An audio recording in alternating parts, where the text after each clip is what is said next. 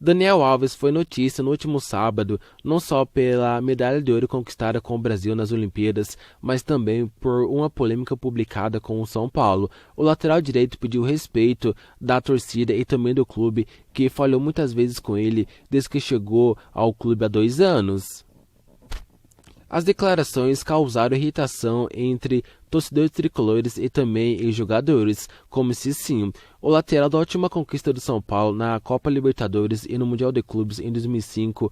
O hoje comentarista do SBT usou suas redes sociais para se posicionar sobre o caso. Ao invés de comemorar o título, fica falando besteira. Tinha que agradecer ao São Paulo, escreveu Cicinho. Pablo reencontrou o caminho dos gols e se tornou um dos triunfos no São Paulo para o duelo diante do Palmeiras nesta terça-feira no jogo de ida das quartas de final da Libertadores no Morumbi. Nos últimos 3 jogos em que foi titular, o atacante marcou 3 gols e se isolou ainda mais na artilharia da equipe na temporada. Agora o jogador tem 12 gols anotados. Ele retomou a confiança após um período de baixa. Antes de marcar contra o Vasco na Copa do Brasil, no final de julho, Pablo viveu uma seca de 50 dias sem marcar um gol e ainda amargou a condição de segundo reserva em algumas ocasiões. No período de baixa, ele foi preterido por Vitor Bueno.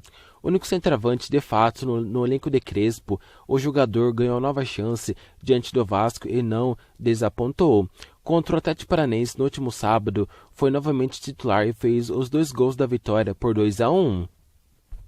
Com o bom momento, o jogador deve ganhar uma nova chance diante do Palmeiras para tentar uma vantagem no primeiro jogo no Morumbi e ter uma margem para o jogo de volta na semana que vem, que acontece no Allianz Parque. Seu parceiro de ataque deve ser Rigoni, que volta de suspensão no Brasileirão. E quando o assunto é clássico, o jogador dá uma esperança maior à torcida São Paulina. Isso porque o centroavante já fez gol contra todos os rivais paulistas.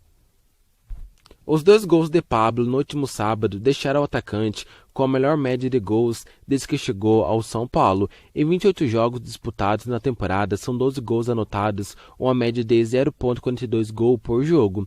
A melhor temporada até então era do ano passado, quando ele também marcou 12 gols e precisou de 53 partidas para fazer isso, uma média de 0,22 gols por jogo. Pablo ainda tem a oportunidade de superar a melhor marca da sua carreira em 2021. Em 2018, quando foi destaque do Atlético Paranaense e despontou os olhares de diversos clubes do Brasil, o atacante anotou 18 gols em 51 jogos.